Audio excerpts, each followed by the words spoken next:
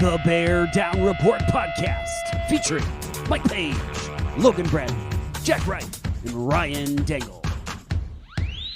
Bear Down Report. All right, folks, welcome to this special edition of the Bear Down Report podcast. It is Packer Week.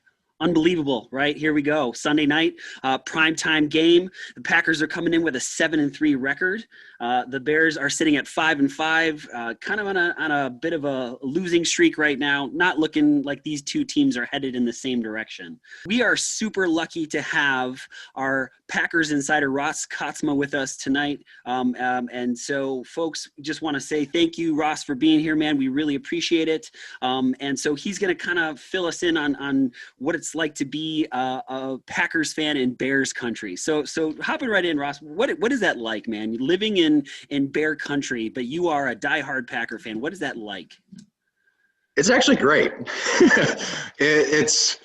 I've been in the Chicagoland area since I came to college, actually, 2001. So that's 19 years. Basically, half my life has been in the Chicagoland area, the other in the great state of Wisconsin. And I could live in Chicago the rest of my life and I'll still never cheer for the Bears. I'm sorry. My parents would not allow me back into the state, I think, if I changed for some reason. But it's fun. You wear a jersey around, you wear a hat, and you know you're going to get looks.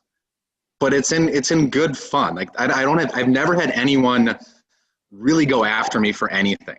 It's been nice to have that aspect of it when you're in basically an enemy territory year round. To not have that has been good. So it's creates some good banter more at work than anything else, which has been a riot. I would say that it's probably got to help too that the Packers have definitely, since 2001, have definitely been on the positive side of this rivalry. You know, this wasn't even a question that I was going to ask initially, but I've really been thinking about this. So all time, 99, 95, and 6, right? So the Packers have 99 wins, the Bears have 95, and there's been 6 ties. Though over the last 20 meetings, the Packers have won 17 of them. So you guys have clearly been on the right side of this rivalry. So I guess, Ross, the question I think a lot of Bears fans want to know, do you, and please be honest with this one, do you think this is a rivalry? And is this the rivalry that you think about, you know, like going back, people like the longest standing one in the NFL? Do you think this is still a great rivalry? Oh, for sure. There's no doubt about it. Anyone that would think differently clearly doesn't watch football. I mean, it's definitely different when you're on the side that I'm on. And that's just the honest truth of, I've made some bets with friends, you know, just more like coffee bets. I've won a lot of free coffee off of people, and you feel really confident pretty much year after year that I'm going to get some free coffee out of this. I should start betting more, but I haven't because I just can't. But the rivalry is still there. We don't want to lose to the Bears like that. We hate the Vikings. I mean, who doesn't? Like that is a rivalry that's always gonna be there because it's, you know, also includes like the Wisconsin-Minnesota, you know, college football aspect. So it kind of gets exacerbated because of that. And you definitely don't want to lose to them. But the Bears, it's like, we just lost to the Bears? Like, come on, like we can't do that. Like that's just not right. But you always know the games are gonna be more often than not gonna be close, quality games. Like you have to be prepared for it because the moment you think, oh, this is going to be an easy one, your defense shows up like they do every year. And it's like, what the heck? How do they keep doing that? Like we draft Hall of Fame quarterbacks. You guys have defense. Like what? It's that chess match that you're always going to have. Then that's the aspect of it that is so fun to watch of who's going to get that edge. And it's always close.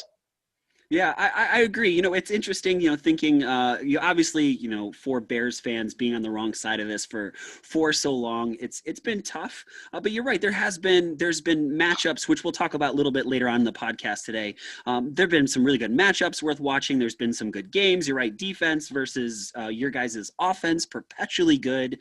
I wanted to get into this one later, but now I can't stop myself, which is to go from Brett Favre to Aaron Rodgers. Has that sunk in at all? I mean, thinking about, right, you know, we were talking about this a little before we started recording and, you know, thinking that maybe Steve Young and Joe Montana is the closest equivalent that's out there. Most NFL franchises don't go from Hall of Fame quarterback to Hall of Fame quarterback. Can you maybe kind of put it into words what that's meant for Packer fans, or has it really sunk in for you guys? It's sunk in, and that's you can't not when you think of like the longevity of both of those guys too. I mean, I would have been too young to even know, I was obviously the Magic Man before Favre, and how that kind of all played itself out. But I was too young to even know any of that kind of stuff. So I've literally only known Favre, and then that transition from him to Rodgers, while it was shaky at best, and you never know who to believe and what was really going on, just like a lot of other organizations. Same with Tom Brady leaving. Like, whoever expected that 5 years ago? Would you ever have thought, yeah, Tom Brady's going to be at the Tampa Bay Buccaneers this year? People would be like, Ryan Dengel, you need to stop doing podcasts. It's true. Yeah, it's a really good point. Podcasts all the time, because you just expect that certain thing, and so it's been a blessing. You can't not say that. The transition, you also have to understand though too, like watching Brett Favre, you have this dichotomy between, oh my gosh, like this is one of the most exciting, fun, he just loved the game kind of people, and the most aggravating, why are you trying to throw it into triple coverage 8 times out of 10? Like, what are you doing? So it's been interesting with that. And then you get Rodgers, who protects the ball at all costs, and sometimes you're like, I'm okay with you maybe throwing a few more like riskier plays to try to get that advantage. So it has sunk in. It's craziest. I'm hoping they do it on Sunday night. I think they love it when they do it. I know Bears fans, sorry, you're going to hate this. When they show the list of starting quarterbacks we've had versus you guys. Man, it's bad when, because we talk about it all the time as Bears fans, how much we hate that list. And to know that Packers fans, you guys look forward to it, that just, it stings a little bit more. That's like the ultimate trivia question for a Bears fan. Can you name all 20-some quarterbacks in the span of Rodgers and Favre? Like, that would be the ultimate trivia question for a Bears fan. I can name way more than I should be able to, and that's I think it's sad in and of itself. Real quick, let's talk about this 2020 draft, right? With Jordan Love being the first overall pick, I think a lot of Packers fans, at least from outside looking in, wanted to see another weapon outside of Devontae Adams for Aaron Rodgers to throw to, and it didn't happen, and so it's seemingly from the outside that this was not a great draft, and so. What do Packers fans kind of feel about this 2020 draft? I think the jury's still got to be out on this. I mean, we look at drafting Jordan Love with the first pick, and then you go A.J. Dillon, which not actually that bad of a pick. He's versatile. He hasn't seen the field because now he's been hurt, and we had a stretch of, all right, now we're down to how many running backs do we have left? Who can we bring up to kind of fill in that gap when that happened? But I'd have to look more closely at the draft again, because I was watching the Minnesota game the other day, and Justin Jefferson, my goodness, as a rookie receiver, and to be with the Minnesota Vikings pisses us both off. Let's be real about that one. like of all teams, like, fine, go somewhere else. I don't want you on Minnesota's team. But I think he was drafted 1 or 2 right before we were. So we would have had to draft up. We would have to get rid of more draft picks, and that's just anti-Packers philosophy forever. Those are gold. It's like the Steelers or the Patriots. Like, that's you covet those things, but at some point, you're just holding on. And why should we be doing that? We really need to go after some more things. So I'd have to look back on who would even have been available, because I think there were still 3 other receivers that went ahead of Jefferson. He wasn't the top of the class. He's been the top of the class, and my goodness, I think he's going to be good for a while. But I don't know if I saw anyone else either that was really could have been that playmaker, and that's probably why they get paid the bucks and we don't, to do the draft and to do that full time. But I'm not one of those people that believes they did it as pure motivation for Aaron Rodgers. Those kind of guys, especially him, do not need motivation. He motivates himself. He will always be that guy that will find any little thing to kind of get himself motivated. And if you're in that league, if you need someone else to motivate you in that league, maybe you shouldn't be playing. I think it's pretty clear that he has a little bit of a scorched earth mentality right now. Like, oh, you're going to draft another quarterback or you're going to doubt me. And I mean, it's as a Bears fan, reading his stats this season is, of course, really depressing. And for you, it's got to be super exciting. Thinking about 29 touchdowns to only 4 interceptions. He's almost at the 3,000-yard mark, 68% completion rating. I mean, that's just he's having a year. And he's matching his MVP season from 2011 it was. So he's on that right track when you think about it for not having – and Devontae Adams was hurt for a couple of these games. And right. Lazard's been like, who's he throwing to? Right. Could you even name them? Well, it's funny. I had to look it up, right, to see, and so, looking Devontae Adams is seemingly just unbelievable, right? So he's at 68 receptions for 847 yards with 10 touchdowns this season, right? Clearly Pro Bowl bound. I mean, obviously going to be well over 1,000 yards.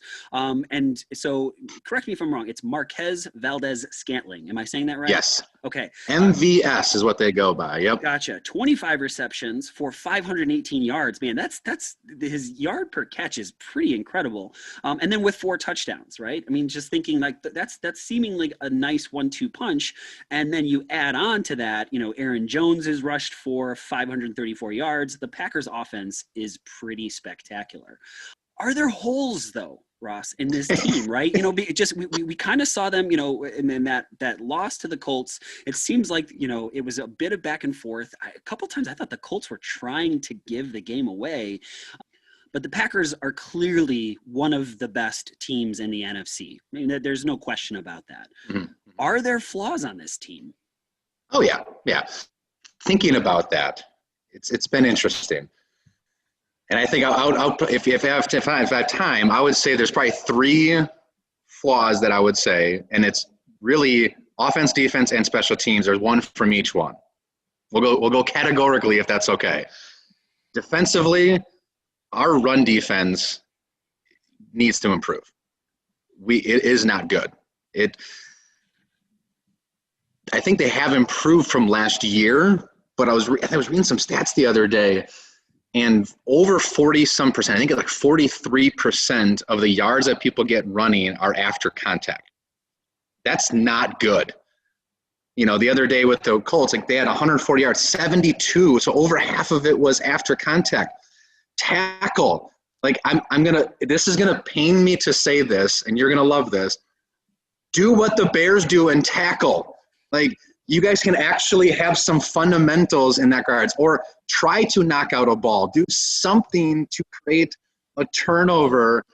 Don't just try to run into them and hit them. Yes, that running back is also 230 pounds of muscle. So why don't you try to grab him and take him down? It is so aggravating to see a run defense give up even 3-4 yards and then another 4 after that, and all of a sudden it's now 2nd and 7. That shouldn't be happening.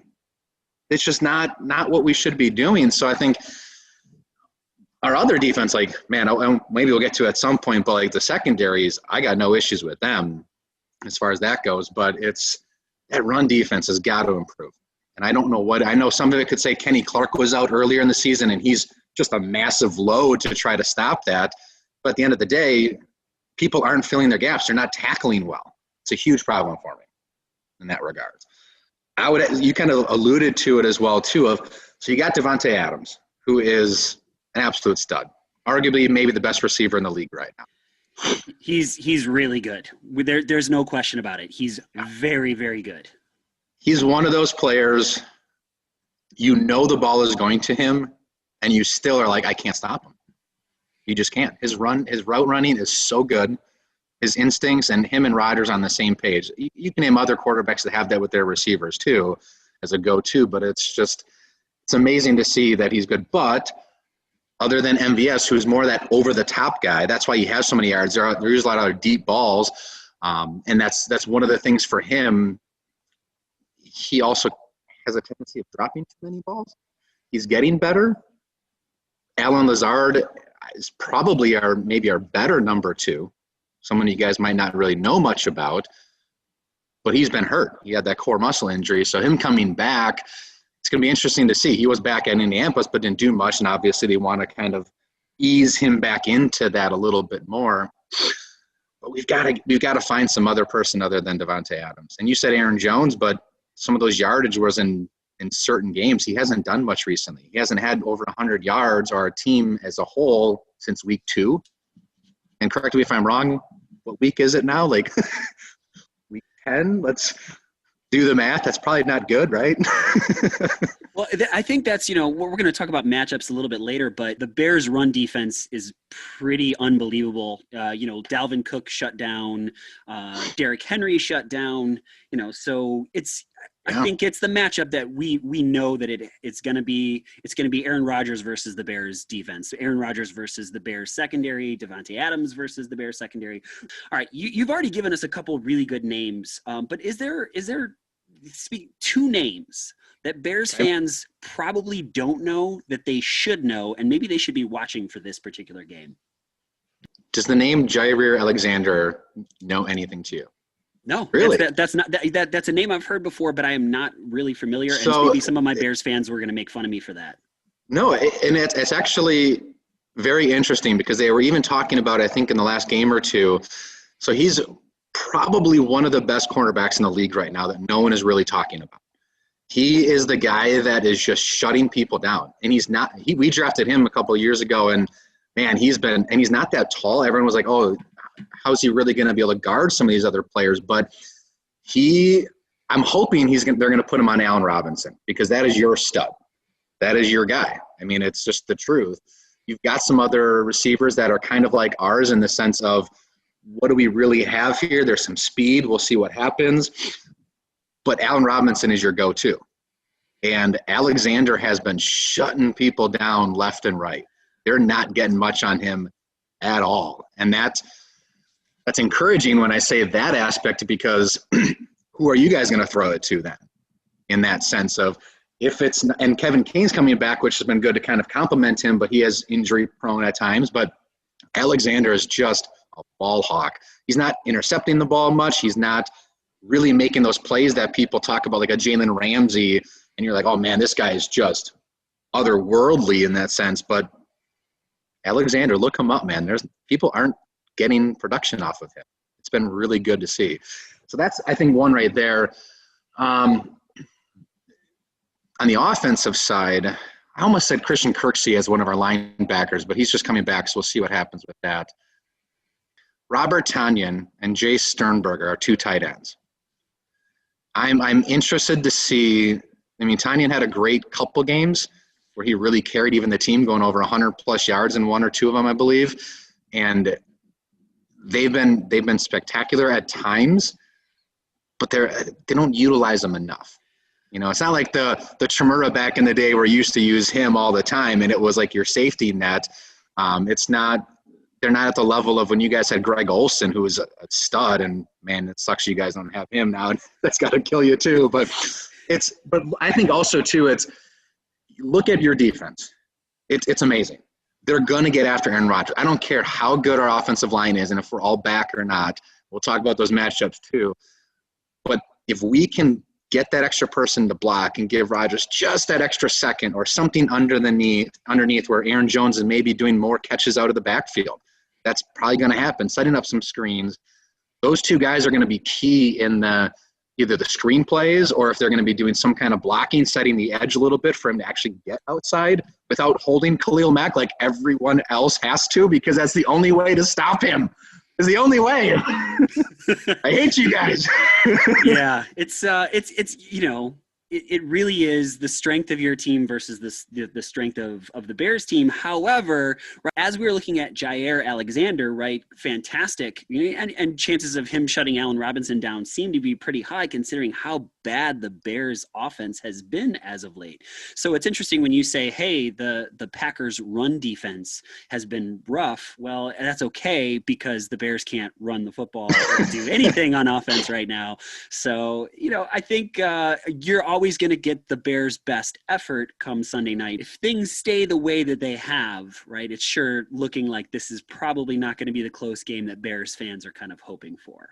There have to be matchups in this game that you're looking forward to, Ross. Can you kind of allude to maybe one or two matchups that you're really going to kind of keep your eye on as the game goes forward? Yeah, I think you can say it the obvious. Our offensive line versus your defensive line. That is going to be hands down the battle in that trenches there. And I think more for you guys than it is for us, because Rodgers is that kind of guy that even if you get him outside the pocket, he almost does more damage with that than he does not. And that's a scary thought for some people when in the past used to say, keep him in the pocket. And they're like, don't we want him outside throwing? Do we want him on the run? No, we don't actually, because that's not good for you guys. That's actually better for him. But it's just the reality is, can our offensive line, we're going to probably be out with our starting center. Corey Linsley went down last week. I don't think he's going to be back. Bakhtiari's back, and that guy is just an absolute stud. But that's one side. Can the other guys, can Billy Turner actually stop someone without holding a guy? Can those guys actually hold that and give him a little bit of extra time because of the fact that we haven't been utilizing the tight end play as much in the middle of the field. We don't have the Randall Cobb like we used to, where as a slot receiver, the guy was fearless going in the middle there. We're not going to throw Davante Adams in there and risk something bad. Scantling is the over-the-top guy. Who else is there? Maybe it's Lazard. He's been that kind of guy if he's healthy enough to do that.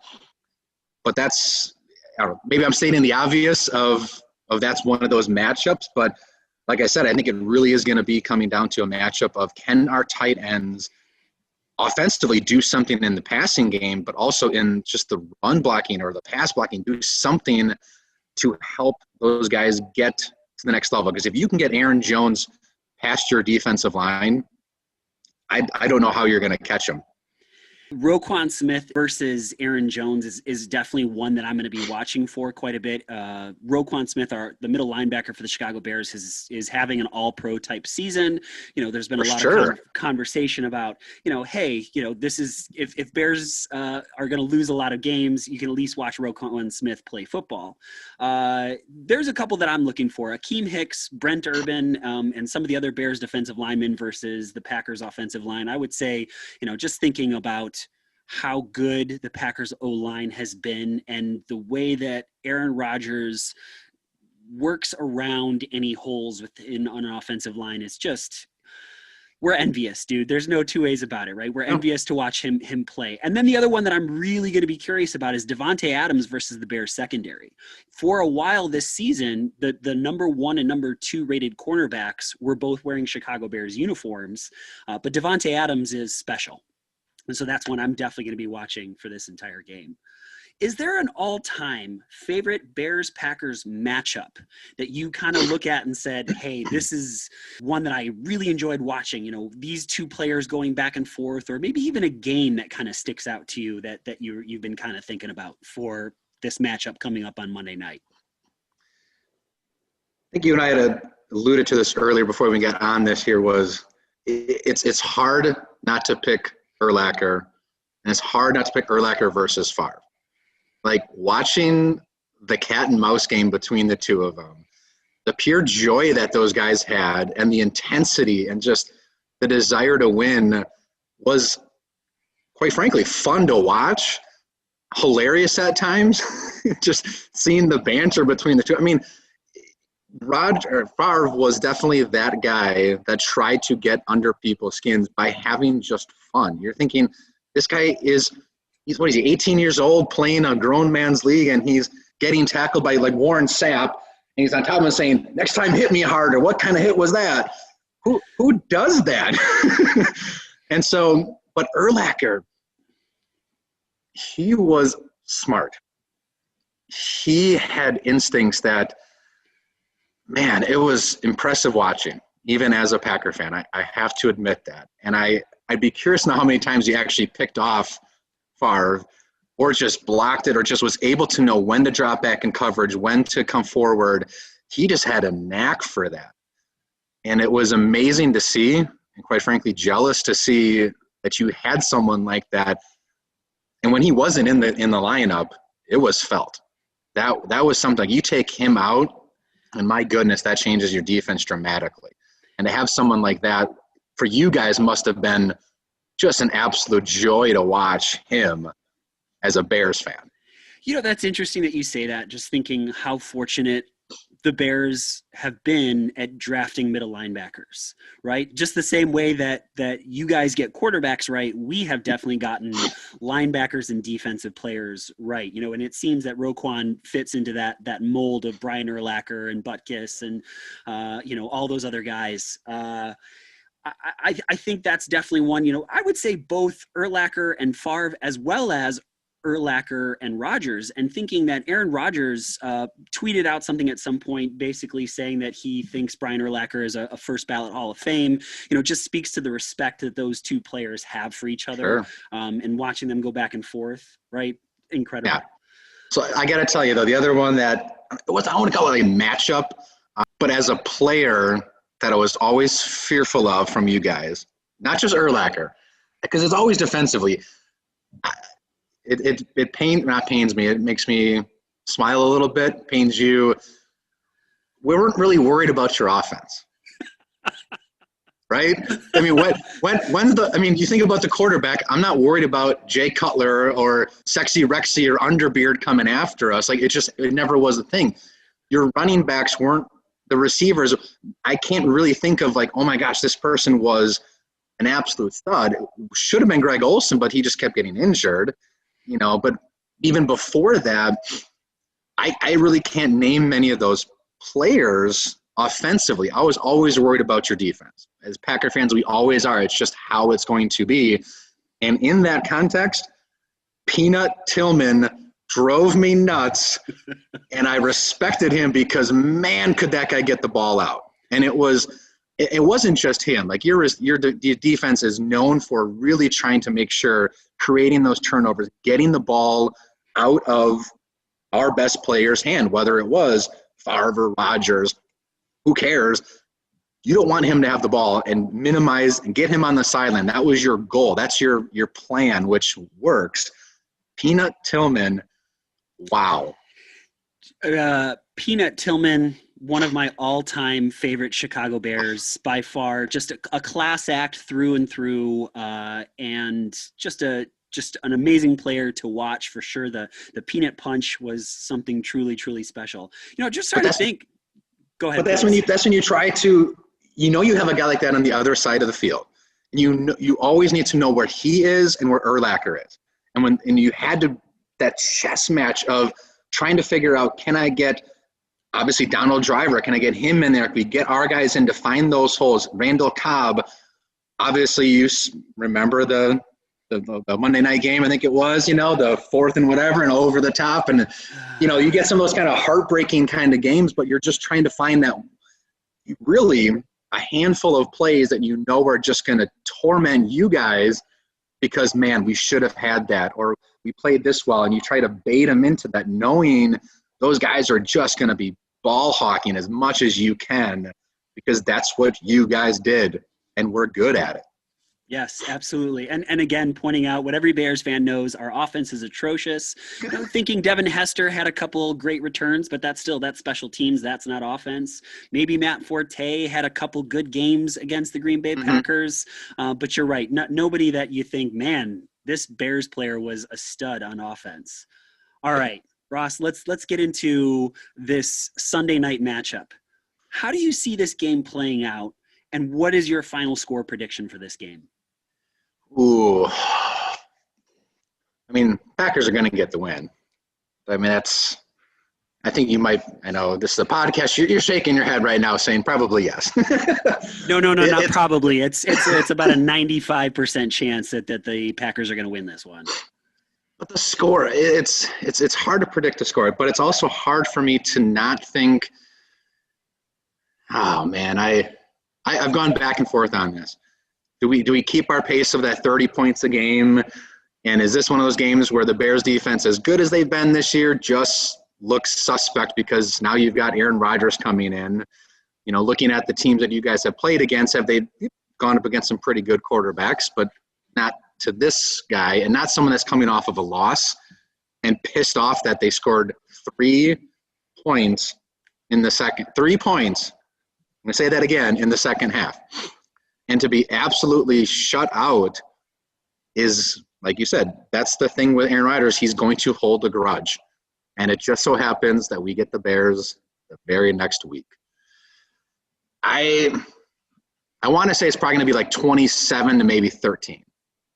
And I think I say that because both of our defense, and you got to correct me if I'm wrong on this, but I think both of our defenses at times still have this like bend but don't break philosophy, which pisses me off because we are giving up these chunk plays. We're giving up these longer runs than they should be, and then they're getting field goals and giving the team at least a little bit of confidence that we can actually move the ball on this team. Maybe when we get towards in the 30 and less, now we're going to put some shutdown defense because the field's more compact, and maybe we're just so bad in the open and they just do whatever they want. But I hate that philosophy. It's not working. Like, why would you want that to be your kind of philosophy of, yeah, give up 350, 400 yards a game and keep them out of the end zone, but limit them to field goals? Like, that's just – I don't like that. Yeah, I don't think you have to worry about that with the Bears offense having less than 200 yards of offense in our last game. There's a chance that Mitch Trubisky gets the start Sunday night. Does that in any way, does that change how you feel about this game? I mean, Nick Foles versus Mitch Trubisky, neither quarterback has been really good this season, but just curious if it does change the mentality of the Packers in any way, shape, or form. It does a little bit in the sense of, and I think it's the obvious thing that Bears fans would know, it's the legs of Trubisky versus the non-existent legs of Nick Foles. Throwing wise, one and the same. It really doesn't matter at that point. But if he can extend the play and get some runs in which he had last year, that was some aggravating things. Or even if he's getting 40 to 45 yards a game on some rushes, a couple of them are probably going to be 10, 12 yards, extending a drive, keeping things going. And they're on third downs too, which is just devastating when you hold them to that and you're at 3rd and 9, and all of a sudden he rolls out for 15 yards because our defense all pushes back and everyone rushes, and he's able to get away. He's not super elusive, but he's enough that he's sneaky, able to run better than most people, in that sense. And I think that's where that could be something that we've always struggled with traditionally, I felt, as Packer fans, of any kind of mobile quarterback. Russell Wilson. I mean, he's always going to be a guy that's going to extend those plays a little bit more. And when that happens, we've struggled in that regard. So am I worried about the run game as much from your actual running team? No. But if it is Trubisky, just being able to extend those plays and keep and then subsequently it's keeping Aaron Rodgers off the field. Why would you want that? Get him on there, get him out there so he can do what he does best. Absolutely. Is it Super Bowl or bust for the Green Bay Packers? Isn't it always? I guess I'm curious to know, are you as happy with Matt LaFleur as I think outsiders would expect you to be? And do you see this team going deep into the playoffs and possibly winning a Super Bowl this season? I'm very happy with Matt LaFleur. It's what people look and what people can see, and obviously you're looking at what does the eyes tell you kind of a thing when you see the interactions with them. Last year, everyone was scrutinizing every little thing. If they got into an argument on the sideline, who doesn't? Like, you should be getting upset. You should be passionate about those kind of things. But to see their interactions, to see that Rodgers, even at his age, is understanding that these schemes are working. You started seeing that last year. Now we're seeing it more this year. Albeit a little not as consistent right now, but I think that also has to go with the fact that we only have Devontae Adams right now. We don't have as much of the personnel as we probably thought consistently we should be having. And that rapport with a guy like Rodgers makes a difference. Allen Lazard was building that trust tremendously to be his number 2 and gets hurt. But when he comes back, he's still going to be there because he's made some pretty spectacular plays to keep things going. So you can't – LaFleur's been great. Maybe it's not a perfect storm, but it's maybe one of those things if you look at the Cowboys and they got Mike McCarthy, and I was done with him years ago. And to see that debacle, now it's not all Mike McCarthy's fault, don't get me wrong, but decision making right now has been tremendously different from a LaFleur than a McCarthy. And I like that aspect of it, saying let's be a little bit more riskier, let's be a little bit more, try to go after some of these things, knowing look who's throwing the ball. If it's not there, he's going to do something smart with it. And that's a huge aspect of that. So are we looking at the Super Bowl? I mean, look at the teams that we've got in the NFC. Yeah, why would we not feel comfortable in some aspects that we could get there? We beat the Saints, who's obviously a very good team, and they're getting better. That defense, scary good. Russell Wilson and the Seahawks were all, as a Packer fan, that's been a rivalry that's starting to bend more and more of the last how many years. But their defense is horrendous right now, which is weird to say. It's like saying the Bears' defense is bad. You don't say those things. We are not accustomed to that in any way, shape, or form, for sure. Right. So I'm looking at the teams, and every single one of them have some holes on their team. There's not one that's a clear-cut Kansas City Chiefs of the AFC, or the Steelers the way they're going. I don't see, unless you do. I'm trying to think of those teams that I'm most afraid of. Well, and for different reasons I would be. That's why I think the Tampa Bay game gives me such, pause, because you guys lost to Tampa Bay in pretty awful fashion. And yeah. Thank you for that reminder. Hey, man, I got to take them where I can get them. And Tampa is clearly a flawed football team, right? I don't think there's one team. I think you mentioned it. The Saints probably are the number one team in the NFL right now, or at least in the NFC. Not, the Steelers at perfect season, 10-0. It's hard to argue against that. But yeah, I think it'll be interesting to watch into the playoffs and to see. So there's not one team in particular that you're like, man, I really don't want to see this team in the playoffs.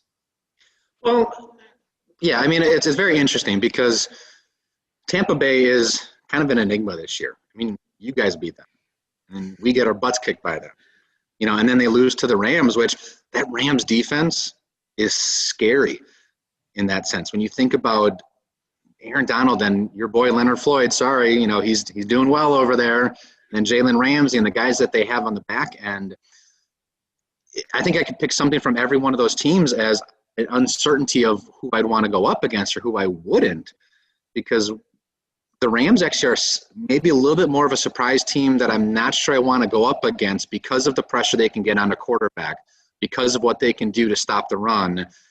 And that's not good if our offense is predicated on Aaron Jones and Aaron Rodgers. And if you can get at both of those, or at least eliminate one of them out of a game, that's not good for us. I look at the Saints, and who knows what can happen with Drew Brees and if he's going to come back being the same person. And their defense, can they keep this up? I don't know. Seattle's defense is horrendous. Russell Wilson's fantastic, but he's showing that he's not the MVP candidate people thought, but he's still in that running for it without a doubt. I mean, guy is super smart. Los Angeles, I don't trust Jared Goff, and they don't really have much of a running game right now. But if they can get those turnovers, they can get that defense where it's at, it keeps them in the hunt, that's for sure. I mean, you guys went to the Super Bowl with Sexy Rexy, okay? Think about that. Yes, no, absolutely. It's I got a great story. At some point, I'll share it with you about Sexy Rexy. All right, never mind. Fine, I'm just going to tell it right now. A buddy of mine, a friend of his, is sitting in a bar, and they look across and they go, "Is that Rex Grossman?" And they just start talking just so many things, right? And you just really loudly just trying to get under his skin, like worst quarterback to play in a Super Bowl and blah, blah, blah. Well, apparently Rex heard them, yells across the bar and goes, "Did you start a Super Bowl, bitch?" And they're like, "No, we didn't. We laughed. We went over, we bought him a drink, and he was super cool about it." But yes, just awful, just absolutely awful. Ross, I just got to say thank you so much for being with us on the Bear Down Report podcast. We really appreciate that with some fantastic insight. So you just to clarify, you said Packers win this one 27-13, this is the third time this has happened. I've had a guest predict. I picked the Packers to win 24-13. Okay. And so we'll see. I'm obviously hoping for a different outcome, but I don't expect one considering how bad the Bears offense has been. As always, folks, this has been the Bear Down Report podcast. We got to thank Ross Katsma just one more time for being our Packers insider for this episode. We look forward to hearing from all of you. Please have a restful Thanksgiving. Stay safe out there. And as always, bear down, my friends.